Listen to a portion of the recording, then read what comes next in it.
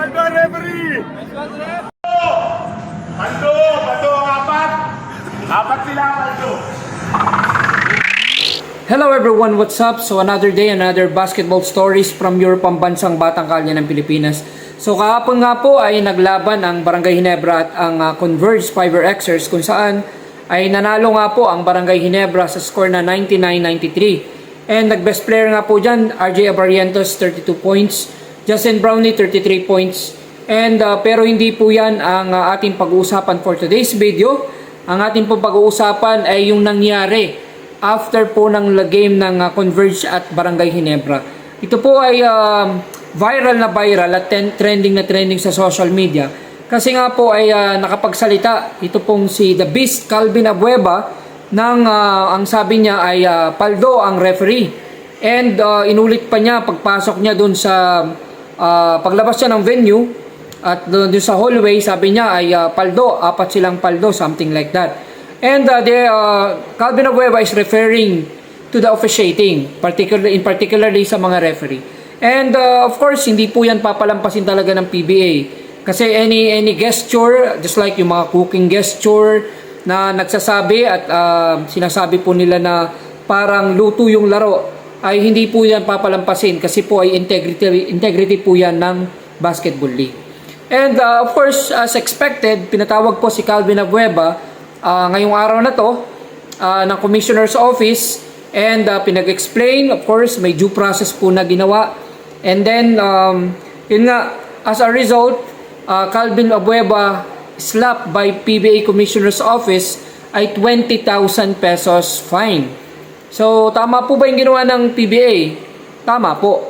Kasi hindi po dapat nating hayaan. Doon siya, parang nga nangyayari po kasi is, ito yung kumpanya niya eh. Kumbaga parang ito yung pinaglalaroan niya ang PBA. Ang kumpanya niya of course yung Converge, pero dito sila naka-join sa PBA. Ngayon kailangan pong protektahan ng liga yung integrity. So kung papanoorin mo po namang mabuti yung laro ng Ginebra at saka ng Converge, ay masasabi ko na wala naman talagang kumbaga yung officiating is okay naman yung tawagan.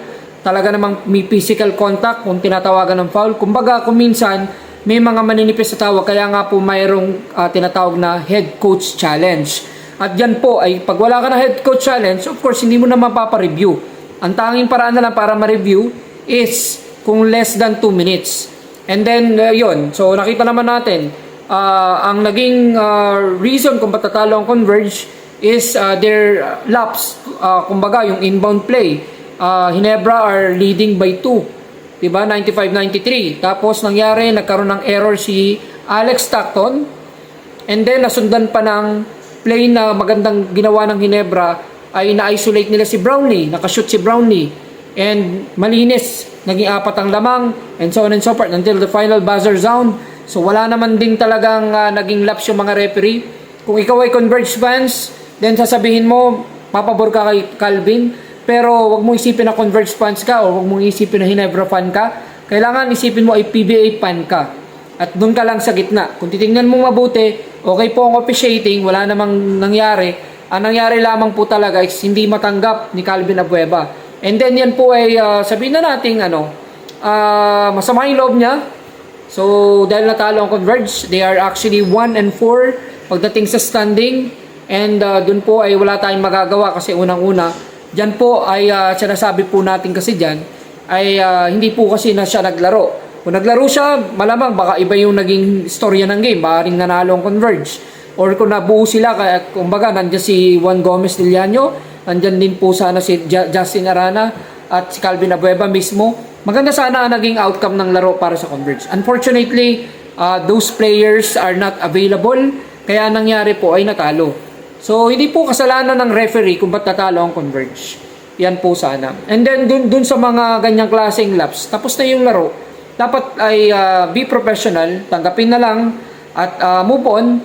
If merong pagkakamali or mga lapses sa mga referee, let's the management and the coaching staff do the job.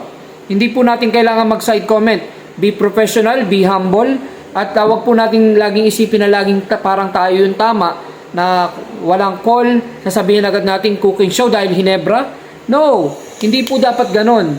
Ang Ginebra, kung nakikita nyo naman, nagrereklamo sila, yes, Pero pagtapos ng laro, sinasabihan talaga sila na wala ng comment, wala kayong magbibitaw ng makakasira sa liga kasi nabubuhay din ang mga players ay dahil din po sa PBA. Alright? Anyways, ay sana po ay maging lesson po yan kay Calvin Abueva kasi medyo marami na rin po kasi yung nangyayari sa kanyang karir. Napakamakulay ng kanyang karir, nabigyan po siya ng pagkakataon. Pero I respect Calvin Abueva. He is a good player. I think he is also a good man.